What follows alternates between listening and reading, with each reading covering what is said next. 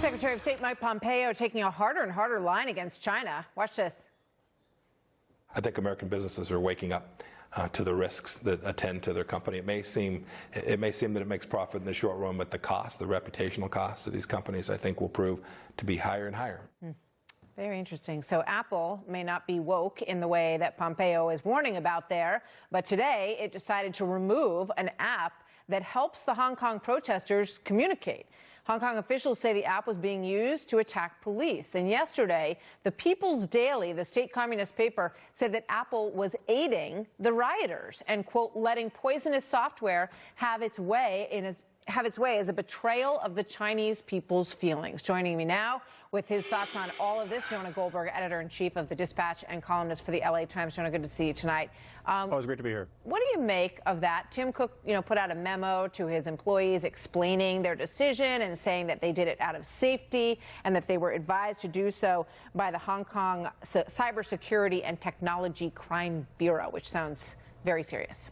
Sure they were. No, I mean, I'm sure they were. But, look, I mean, the Hong Kong government is basically a vassal state to China, and they're going to do what the Chinese government tells them to do for the most part.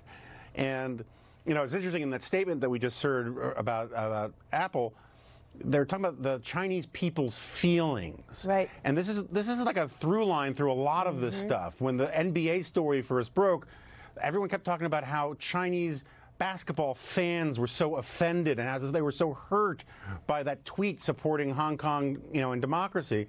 And the thing is, Twitter is banned in China.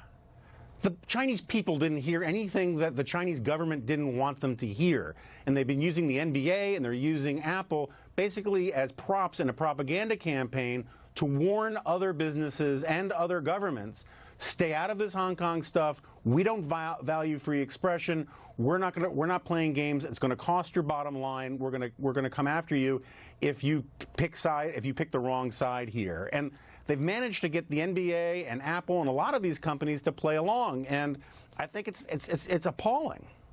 Well, what do you think about what Mike Pompeo said, the Secretary of State? He's saying that, companies need to wake up, essentially, I think was part of his message, and look at the balance between profits and, a country that has over a million people in retraining, re-education camps, which I think a lot of people might have another word for. Do you see a change, a shift happening here that's meaningful, or not really? I hope so. I mean, I've been banging my spoon on my high chair about this for a very long time, and I agree with Pompeo.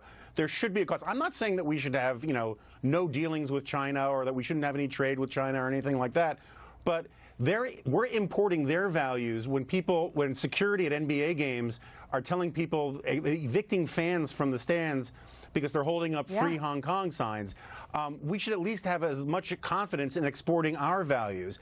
If the Han Chinese, who are the dominant ethnic group in China, if they were blonde and blue-eyed white people, and everybody else stayed, their hue, everyone would instantly recognize that China is essentially a Jim Crow country or an apartheid country. If you don't come from the right group, if you don't have the right language, if you worship the wrong religion, you can't get certain jobs. You're not allowed to travel internally, and it is just state institutionalized bigotry. And when the NBA comes out and saying we value free speech, but we also stand for diversity and all these kinds of things, they don't value diversity in China. They're literally paving over Uyghur cemeteries and tearing down their mosques as they throw millions of people into re-education camps. That is not diversity. That is the opposite.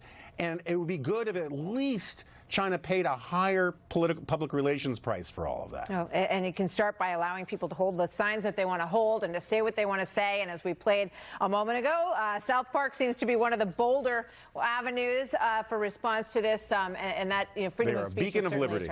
Beacon of liberty is right. So are you. Jonah, thank you very much. Good to see you tonight. Always great to be here. Thank you. You bet. Thank